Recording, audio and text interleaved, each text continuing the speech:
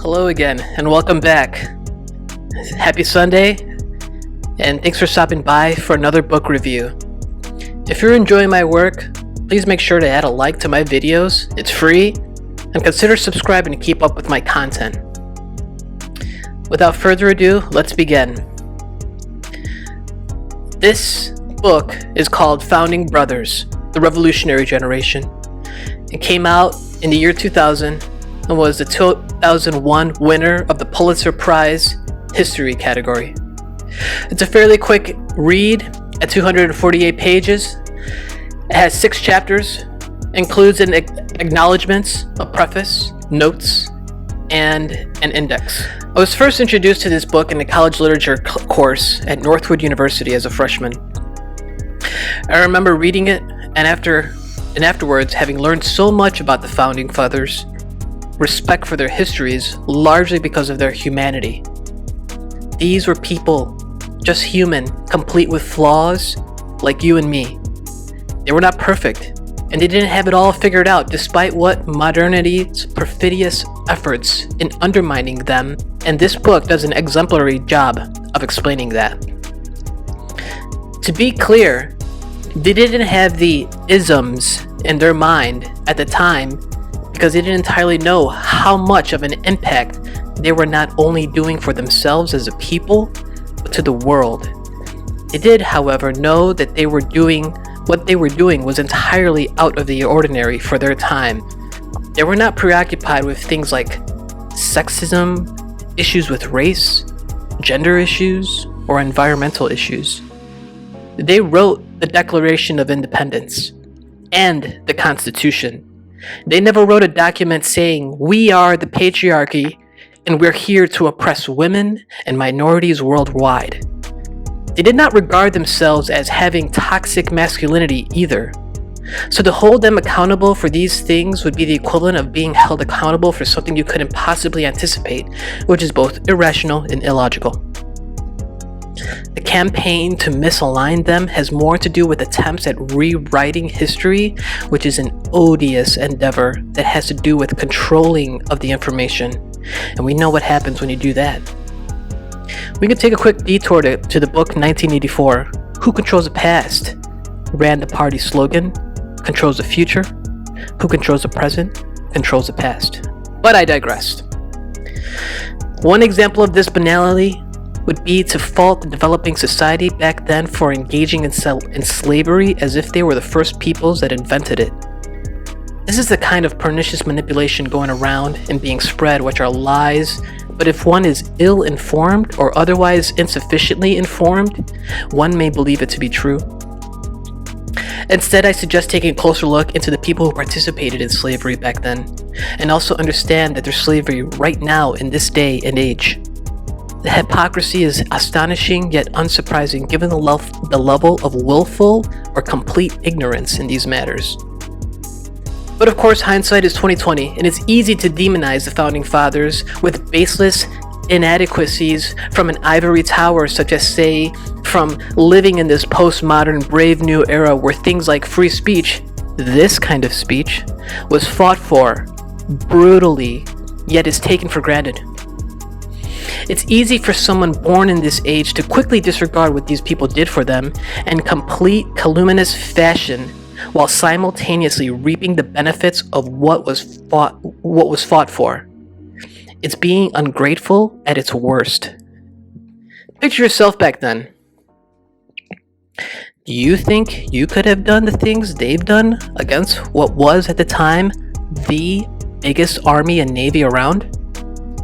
Do you think you would have had the strength, the fortitude, the trust, the intelligence, the foresight to engage in the things they did and become successful? I don't think so. But it's always easier to tear down what's been established instead of working to establish something of value, because the path to doing so is arduous and included overcoming sometimes overwhelming challenges and obstacles, both unseen and foreseen. And I don't see that nowadays, but instead the opposite.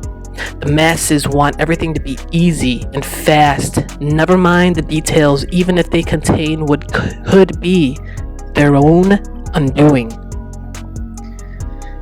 The Founding Fathers were people who wanted to achieve certain things in a time we can somewhat fathom, yet to some degree think we could perhaps understand it from our postmodern Brave New Era perspective. We've seen pictures and shows, but it's not the same as living during those times and really understanding the scenes, the events transpired, and the people. It's said that history is written by the victors, and there's a reason for that, and I believe it's often exploited. The tales of those who lost are forgotten or are deliberately changed and or manipulated because they in fact lost the power to change the way events or people are portrayed. So, fellow reader, is this necessarily a good thing? I mean, do you think that history, the way it's been taught to you, is done so in an objective manner? Do you think the history of on American Revolution, for example, is taught in the same way that it is here as opposed to in Britain? Or the rest of the world for that matter? Well, the answer is no, because it is in fact taught differently because it has to do with perspective. The story of history is controlled, and who controls it is what makes all the difference. Now let's get to the book review. The preface is one of the better prefaces I've read about the Founding Fathers. The preface here is so good, most of my book review will revolve around it, but I'll also highlight some detail that resonated with me from each chapter. In grade school, I learned about some of their names, some of the events, but entirely missed out on the space between the lines, the details of it all. But I get it. It was grade school. Still, I went to a private grade school where I learned more about things like Greek and Roman mythology that still resonates with me today than I learned about the American Revolution, which seems counterintuitive. Shouldn't we, as American people, know about our history in our youth as a primary subject, more so than Greek and Roman mythology?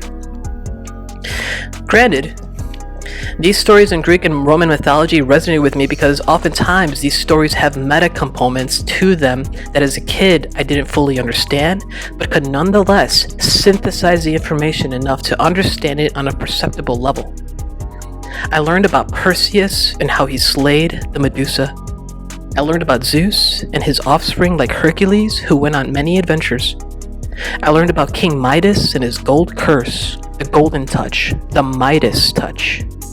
I learned about Hades and how he kept Persephone and how its story was used as a way to illustrate the change in seasons. I learned about Aphrodite, who pretty much slept with everybody, and we explored the incestual nature of these gods. In grade school, I learned about all these mythological people, things, and events in significant detail for a 5th and 6th grader.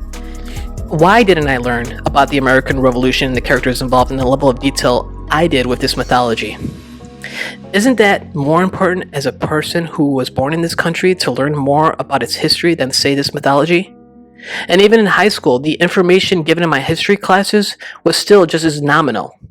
It appears that if anyone truly wants to learn more about this country's history, that one should endeavor to learn about it themselves.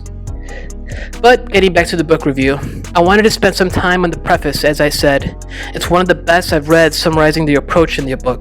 The preface is called The Generation. The author does a great job in noting how the forefathers had this notion as if their work, their actions, had a bit of a divine component to it. They had this understanding that what they were engaged in doing would leave behind such a formidable legacy that it was almost prophecy fulfilling. The author points out, in his old age, John Adams recalled his youthful intimations of the providential forces at work. John Adams says, "There is nothing more ancient in my memory," he wrote in 1807, "than the observation that arts, sciences, and empire had always traveled westward. And in conversation, it was always added since I was a child that their next leap would be over the Atlantic into America." Adams instructed his beloved Abigail to start saving all his letters even before the outbreak of the War for Independence. Then, in June 1776, he purchased a folio book to preserve copies of his entire correspondence in order to record, as he put it, the great events which are past and those greater which are rapidly advancing. We seem to have this view of the American Revolution era as just this era that happened to happen, and these guys simply just put it all together for us to enjoy. Nothing could be farther from the truth. People fought and died for liberty. There was real bloodshed, real struggle, real men and women of courage that went about these things and made it happen. These are the times where things like "give me liberty" or "give me death" and "victory" or "death" were the tweets of their times. The author points out, at least it seems safe to say that some form of representative government based on the principle of popular sovereignty and some form of market economy fueled by the energies of individual citizens have become the commonly accepted ingredients for national success throughout the world.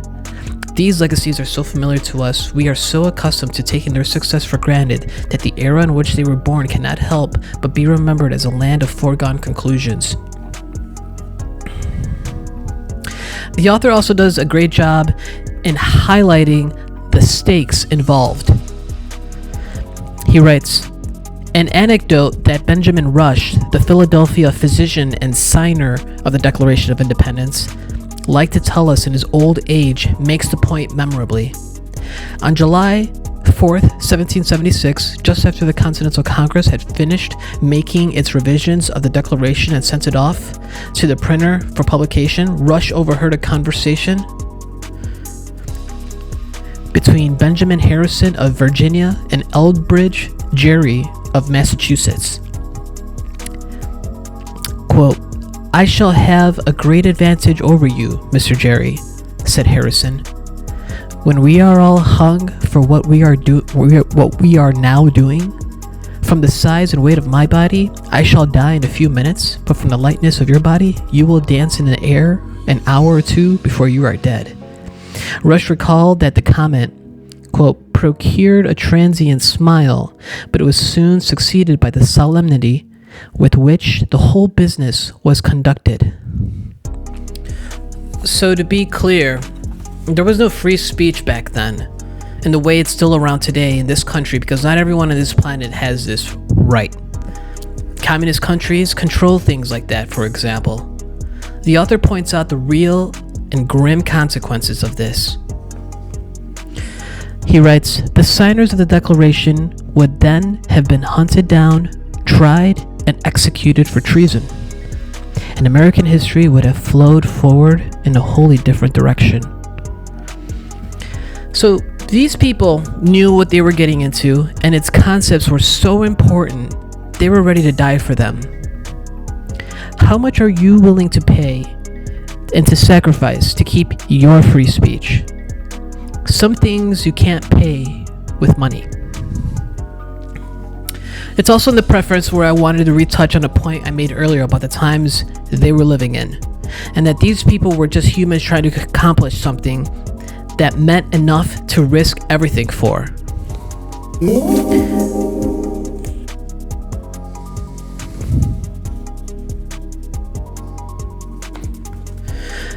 The author writes, "In the long run, the evolution of an independent American nation, gradually developing its political and economic strength over the 19th century within the protective constraints of the British Empire, was probably inevitable." This was Paine's point, but this was not the way history happened. The creation of a separate American nation occurred suddenly rather than gradually, in revolutionary rather than evolutionary fashion.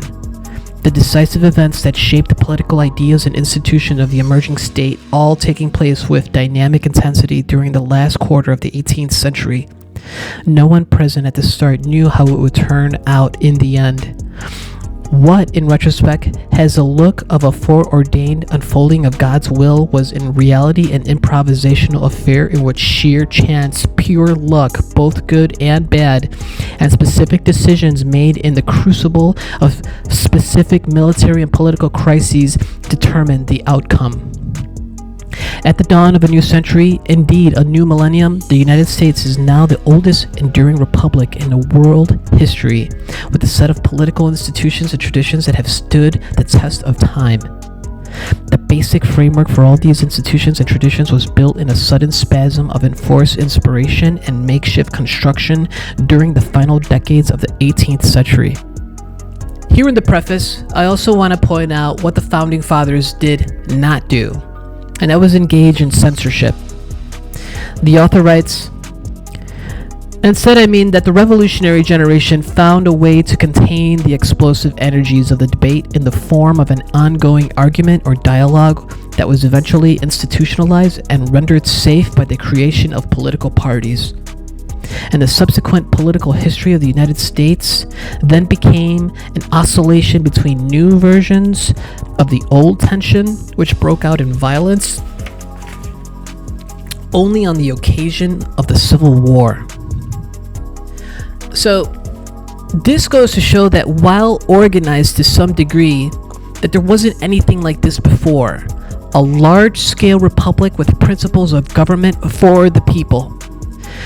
There was plenty of contending views, disagreements, and contention to go around, but instead of saying, well, you know, Ben Franklin, you're kind of going over the top, you hurt my feelings, we're gonna ask you to not come to our Continental Congress meetings anymore. They did not do that. That's because there's a difference between outright censorship of someone you disagree with and engaging in discourse with them. It is debate that's a part of our founding history, not censorship. And I believe our founding fathers would be horrified to learn Big Brother and Big Tech has more power and influence over the people when it should be the other way around. It's we the people, not we the people submit to our overlord government and Google.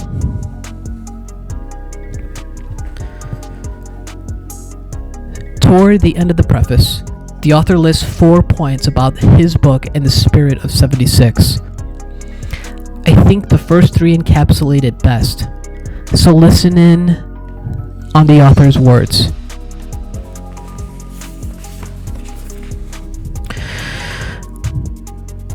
First, the author writes, "The achievement of the revolutionary generation was a collective enterprise that succeeded because of the diversity of personalities and ideologies present in the mix.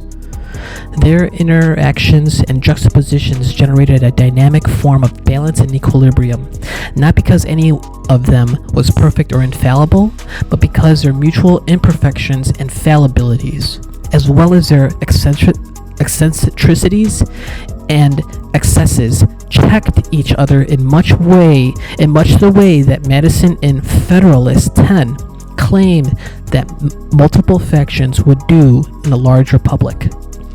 Second, they all knew one another personally, meaning that they broke bread together, sat together at countless meetings, corresponded with one another about private as well as public matters. Politics, even at the highest level in the early republic, remained a face-to-face affair, in which the contestants, even those who were locked in political battles to the death, were forced to negotiate the emotional affinities and shared intimacies produced by frequent personal interaction. The Adams-Jefferson rivalry and friendship is the outstanding example here, though there are several crucial moments when critical compromises were brokered because personal trust made it possible. Through the American Republic became a nation of laws, during the initial phase, it also had to be a nation of men. Third, they managed to take the most threatening and divisive issue off the political agenda. That issue, of course, was slavery, which was clearly incompatible with the principles of the American Revolution, no matter what version one championed. but it was also the political problem with the deepest social and economic roots in the new nation, so that removing it threatened to disrupt the fragile union just as it was congealing. Whether or not it would have been possible to put slavery on the road to extinction without also extinguishing the nation itself remains an open question. It is the main subject of one of the following stories. Whatever conclusion one reaches concerning that hypothetical question, with all the advantage of hindsight and modern racial attitudes as a moral guide, the revolutionary generation decided that the risk outweighed the prospects for success.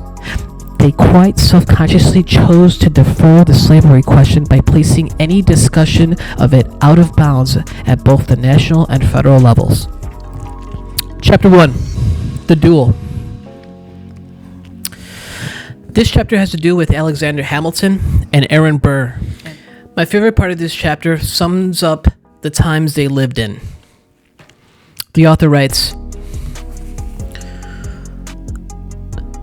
"But by being there beneath the plains of Weehawken for their interview, they managed to make a dramatic final statement about the time of their time. Honor mattered because character mattered. And character mattered because the fate of the American experiment with Republican government still required virtuous leaders to survive. Eventually, the United States might develop into a nation of laws and established institutions capable of surviving corrupt or incompetent public officials. But it was not there yet. It still required honorable and virtuous leaders to endure. Both Burr and Hamilton came to the interview because they wished to be regarded as part of such company." Chapter 2, The Dinner, features key figures Thomas Jefferson, in which he extends a dinner invitation to Alexander Hamilton, and James Madison, aka the father of the Constitution, in which it's suspected all manner of relevant political discourse was involved. The author writes, "We cannot know how many secret meetings and political dinners occurred in New York during the late spring and early summer of 1790. We do know that Jefferson's famous dinner was not, as he implied, the only such occasion." So that chapter has to deal with that. Moving on to chapter 3, The Silence. Here, we're going to go back to the incendiary issue of slavery back then, even though it still exists today. That's right.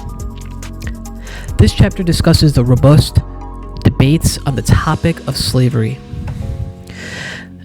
The author writes, "No less a source than Madison believed that slavery was the central cause of the most elemental division in the Constitutional Convention." James Madison tells us, "The states were divided into different interests not by their difference of size," Madison observed, "but principally from their having or not having slaves. It did not lie between the large and small states. It lay between the northern and the southern." The author writes, "The next day, however, on February 12th, Jackson's fearful prophecies seemed to be coming true, for on that day another petition arrived in the House, this one from the Pennsylvania Abolition Society. It urged the Congress to quote, take such measures in their wisdom as the powers with which they are invested will authorize for promoting the abolition of slavery and discouraging every species of traffic in slaves." The author writes, "Just as Jackson had warned, opposition to the slave trade was now being linked to ending slavery altogether. What's more, this new petition made two additional points calculated to exacerbate the fears of men like Jackson. First, it claimed that both slavery and the slave trade were incompatible with the values for which the American Revolution had been fought. And it even instructed the Congress on its political obligations to, quote, devise means for removing this inconsistency from the character of the American people. Second, it challenged the claim that the Constitution prohibited any legislation by the federal government against the slave trade for 20 years, suggesting instead that the general welfare clause of the Constitution empowered the Congress to take whatever action it deemed necessary and proper to eliminate the stigma of traffic in human beings and to countenance the restoration of liberty for all Negroes. Finally, to top it all off and heighten its dramatic appeal, the petition arrived under the signature of Benjamin Franklin, whose patriotic credentials and international reputation were beyond dispute. Indeed, if there were an American pantheon, only Washington would have had a more secure place in it than Franklin. The author continues, Franklin's endorsement of the petition from the Pennsylvania Abolition Society effectively assured that the preferred Madisonian strategy, calmly receiving these requests, then banishing them to the congressional version of oblivion, was not going to work. In fact, this ongoing debate on the assumption and residency question was set aside for the entire day as the House put itself into committee of the whole to permit unencumbered debate on the petitions. During the course of that debate, which lasted between 4 and 6 hours, things were said that had never been uttered in any public forum at the national level. The author writes, then all of a sudden on September 19th, 1796, an article addressed to the people of the United States appeared on the inside pages of the American Daily Advertiser, Philadelphia's major newspaper. The conspicuous austerity of the announcement was matched by its calculated simplicity. It began, friends and fellow citizens, the period for a new election of a citizen to administer the executive government of the United States being not far distant, it appears to me proper, especially as it may conduce to a more distinct expression of the public voice, that I should now apprise you of the resolutions I have formed to decline being considered among the number of those out of whom a choice is to be made. The author writes, hindsight permits us to listen to the debate of 1790 with knowledge that none of the participants possessed.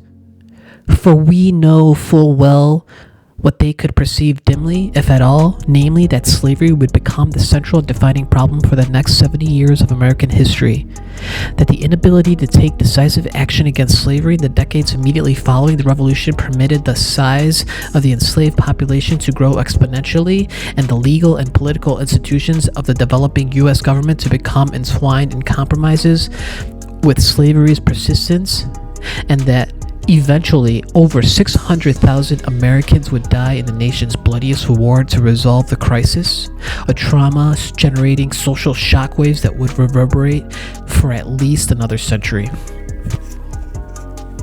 The author builds. Jefferson, it must be remembered, had proposed the abolition of slavery in all the Western territories. Madison, though he eventually endorsed the 3/5 clause, acknowledged his discomfort with the doctrine, confessing that it may appear to be a little strained in some points. Really good chapter. We'll keep moving on. Chapter 4 is called The Farewell. Here you get some awesome insight into the father of the country, to the man, the legend, that's George Washington, whom the author tells us was a titan of a man. I'd be interested to know, when you picture George Washington, what do you picture? How big is he? How tall is he? How much does he weigh? You know, we all heard that he has wooden teeth. I get it. All right, so check this out. He was 6'4" and slightly above 200 pounds. This guy was a beast. All American. Let's move on. We're going to get some insight into George Washington. George Washington 101 is about to begin. Let's hear about him. The author tells us. Some of the most incredible stories also happen to be true. During General Edward Braddock's ill-fated expedition against the French outside Pittsburgh in 1755, a young Washington had joined with Daniel Boone to rally the survivors, despite having 2 horses shout out from under him and multiple bullet holes piercing his coat and creasing his pants. At Yorktown in 1781, he had insisted on standing atop a parapet for a full 15 minutes during an artillery attack, bullets and shrapnel flying all about him, defying aides who tried to pull him down before he had properly surveyed the field of action. The author writes, His commanding presence had been the central feature in every major event of the Revolutionary era. The linchpin of the Continental Army throughout 8 long years of desperate fighting from 1775 to 1783. The presiding officer at the Constitutional Convention in 1787. The first and only chief executive of the fledgling federal government since 1789. He was a palpable reality that clothed the revolutionary rhapsodies in flesh and blood, America's one and indispensable character. Washington was the core of gravity that prevented the American Revolution from flying off into random orbits, the staple center around which the revolutionary energies formed. As one popular toast of the day put it, he was the man who unites all hearts. The author tells us paints a picture. In the America of the 1790s, Washington's image was everywhere. In paintings, prints, lockets, on coins, silverware, plates, and household bric-a-brac. And his familiarity seemed forever. His commanding presence had been the central feature in every major event of the Revolutionary era. Then, all of a sudden, on September 19th, 1796, an article addressed to the people of the United States appeared on the inside pages of the American Daily Advertiser, Philadelphia's major newspaper. The conspicuous austerity of the announcement was matched by its calculated simplicity. It began, "Friends and fellow citizens, the period for a new election of a citizen to administer the executive government of the United States, being not far distant, it appears to me proper, especially as it may conduce to a more distinct expression of the public voice, that I should now apprise you of the resolutions I have formed, to decline being considered among the number of those out of whom a choice is to be made." It ended again in a gesture of ostentatious moderation with the unadorned signature, G. Washington, United States. Here's some more insight. He summarily rejected their offer to become the American Caesar, writes the author, and denounced the entire scheme as treason to the cause for which they had fought. Then, in melodramatic gesture that immediately became famous, he pulled a pair of glasses out of his pocket. "Gentlemen, will you permit me to put on my spectacles?" he declared rhetorically, "for I have not only grown gray hair, but almost blind in service to my country." Upon learning that Washington intended to reject the mantle of emperor, no less in authority than George III allegedly observed, "If he does that, he will be the greatest man in the world." True to his word, on December 22nd, 1783, Washington surrendered his commission to the Congress, then meeting in Annapolis. "Having now finished the work assigned me," he announced, "I now retire from the great theater of action." In doing so, he became the supreme example of the leader who could be trusted with power because he was so ready to give it up. Like all of Washington's elemental insights, the author writes, this one seems patently obvious only in retrospect. A score of genuinely brilliant military leaders who also confronted a superior enemy force, Hannibal, Robert E. Lee, and Napoleon come to mind, were eventually defeated because they presumed that victory meant winning battles. Washington realized it meant sustaining the national purpose as embodied in the Continental Army. Space and time were on his side if he could keep the army united until the British collapsed. And that is precisely what happened. In 1778, the author writes, for example, at a time when patriotic propagandists were churning out tribute to the superior virtue of the American cause, Washington confided to a friend that though virtue was both a wonderful and necessary item, it was hardly sufficient to win the war. Men may speculate as they will, he wrote, They may draw examples from ancient story of great achievements performed by his influence, but whoever builds upon it as a sufficient basis for conducting a long and bloody war will find themselves deceived in the end. For a time, it may of itself be enough to push men to action, to bear much, to encounter difficulties, but it will not endure unassisted by interest. The author writes, in 1780, Major John Andre was captured while attempting to serve as a British spy in league with Benedict Arnold to produce a major strategic debacle on the Hudson River at West Point.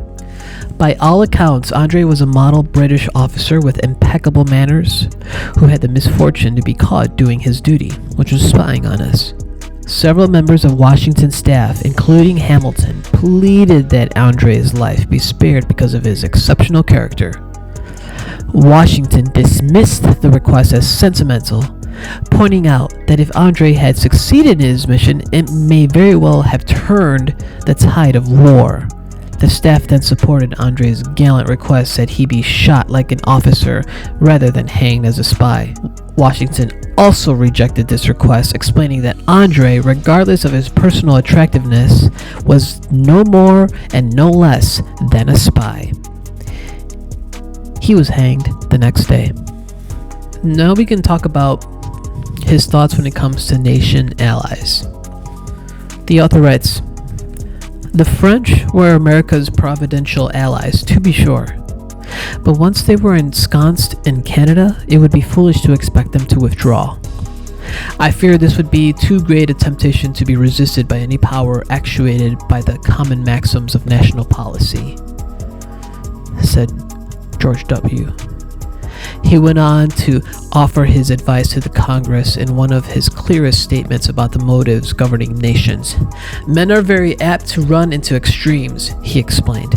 Hatred to England may carry some into an excess of confidence in France.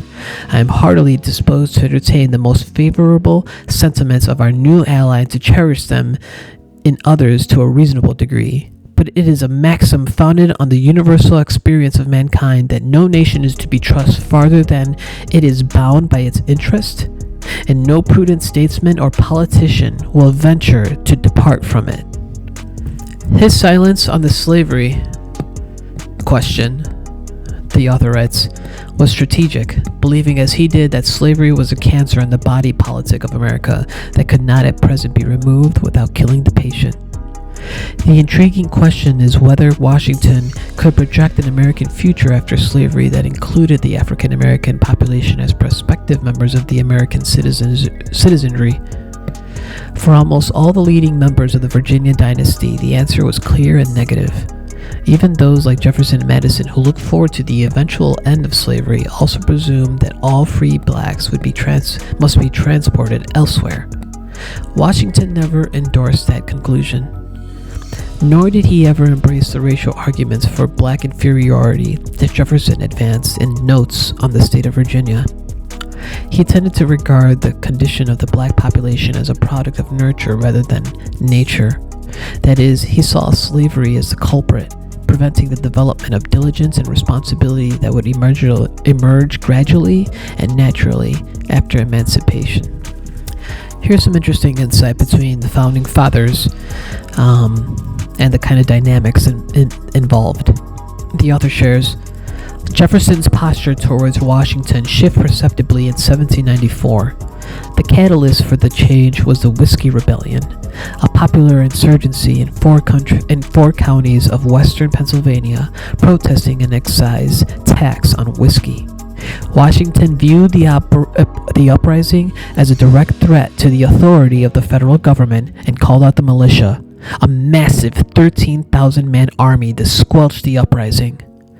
Jefferson regarded the entire affair as a shameful repetition of Shays' Rebellion fiasco nearly a decade earlier, in which a healthy and essentially harmless expression of popular discontent by American farmers, so he thought, had prompted an excessive and unnecessary military response.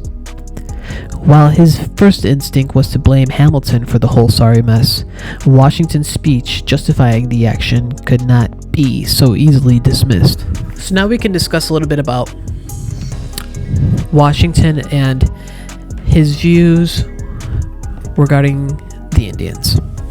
Here we go. The author offers this. The one path Washington identified required the Indians to recognize that contesting the expansion of the white population was suicidal. The only realistic solution required the Indians to accept the inevitable, abandon their hunter-gatherer economies, which required huge tracts of land to work effectively, embrace farming as their preferred mode of life, and gradually over several generations allow them to themselves to be assimilated into the larger American nation. Washington acknowledged that he was asking a lot, that this path may seem a little difficult to enter, because it meant subduing their understandable urge to resist and sacrificing many of their most distinctive and cherished tribal values. As he prepared for his own retirement, in effect, he was encouraging the Indian tribes to retire from their way of life as Indians. What I have recommended to you, he wrote somewhat plaintively, I am myself going to do. After a few moons are past, I shall leave the great town and retire to my farm.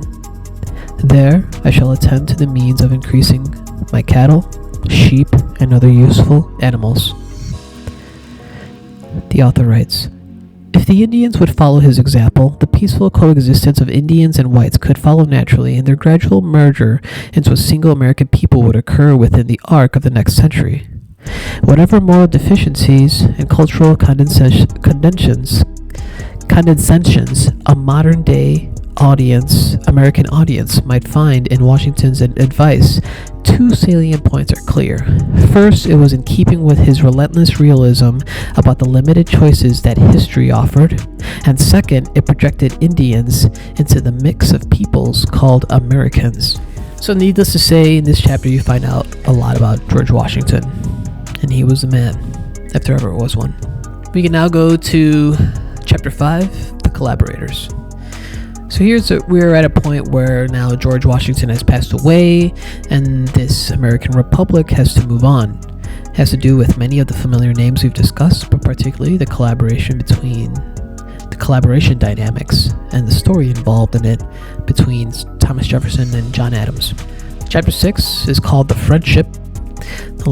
This last chapter has to do with the at times tumultuous friendship tracked through letters between Thomas Jefferson and Abigail Adams throughout 1813-1814, as the author tells us. The author paints the following picture.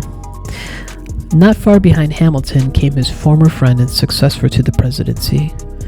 Though the hate for Jefferson was far less, the hurt was more. They had done so much together, struggled together against the odds in 1776, represented America and Europe during the 1780s, risen above their political differences during Washington's administration. But during his own presidency, Adams believed that Jefferson had betrayed him and their friendship. And it was all done so indirectly, so craftily, like a burglar who left no fingerprints. Jefferson was a shadow man. Adams now believed a man whose character was like the great rivers whose bottoms we cannot see and make no noise. When commenting on his other enemies, Adams displayed considerable flair. Tom Paine, for example, came off as the satire of the age, a mongrel between pig and puppy, begotten by a wild boar on a butch wolf. With Jefferson, however, the colorful epithets and irreverent images did not come so easily. It was difficult to be specific when the core of a man's character was elusiveness. Okay, so now in this chapter, you the picture, he talks about like a later scene, like in the future where the revolution has passed already, and it's been some time since its events, and America has moved on in a number of ways. The author writes, now both patriarchs seemed to sense that they had outlived their time. Looking back on life, wrote Jefferson, was like looking over a field of battle, all dead, and ourselves left alone amidst a new generation whom we know not, and who know not us. I knew I was going to ruin that. The author writes, For most Americans coming of age in the 1820s, the American Revolution had long since been enshrined as a sacred moment in the distant past, when a gallery of heroes had been privileged to see God face to face. It was awkward to realize that a few of them were still alive, the author tells us, but they were. And as the 50th anniversary of Independence Day approached, requests poured into Monticello and Quincy from across the land, asking the patriarchs to share their wisdom and memories about the meaning of it all. Those seriously ill and with an intestinal disorder that would eventually prove fatal, Jefferson summoned up the energy for one final spasm of eloquence. For several days, he worked over the draft of a letter to the committee responsible for the Independence Day ceremonies in Washington, crossing out and revising the language with as much attention to detail as he had given the original declaration. He regretted that his deteriorating health prevented him from attending the ceremonies in person and joining the small band, the remnant of that host of worthies who joined with us on that day. The author clarifies in parentheses, only 3 of the original signers survived: Adams, Jefferson, and Charles Carroll of Maryland. The author shares, Adams also received many requests from federal and state committees charged with organizing the celebration of what was being called the Jubilee of Independence. Irreverent to the end, for a time, he resisted, insisting that the 4th of July was not really the right date. Indeed, there was no right date, and the passage of the Declaration of Independence was merely an ornamental occasion bereft of any larger historical significance. When a delegation from Quincy came out to visit him to request words for a toast at the local celebration, he was curt. "I will give you independence forever," he replied. When asked to enumerate or explain, he refused. Not a word. He insisted. And then we come to a bit of a close. The author writes, the more providential Jeffersonian version of the story triumphed in the history books, as Adams knew it would, helped along by one final act of fate that everyone then and now regarded as the unmistakable voice of God. On the evening of July 3rd, 1826, Jefferson fell into a coma. His last discernible words uttered to the physician and the family gathered around the bedside indicated he was hoping to time his exit in dramatic fashion. Is it the 4th? It was not, but he lingered in a semi-conscious condition until shortly after noon on the magic day. That same morning, Adams collapsed in his favorite reading chair. He lapsed into unconsciousness at almost the exact moment Jefferson died. The end came quickly at about 5:30 that afternoon. He waked for a brief moment, indicated that nothing more should be done to prolong the inevitable. Then, with obvious effort, gave a final salute to his old friend with the last words, "Thomas Jefferson survives," or by another account, Thomas Jefferson still lives. Whatever the version, he was wrong for the moment, but right for the ages. Alright guys, well that's going to do it. It's going to wrap up this book review. If you learned something today, let me know in the comments below. I highly recommend this book. Make sure to like and subscribe my channel. It's free to do so, only 2 clicks. And if you're feeling generous, consider donating to help me grow and help the channel grow. The link is in the description. Thanks again, and I'll see you next time.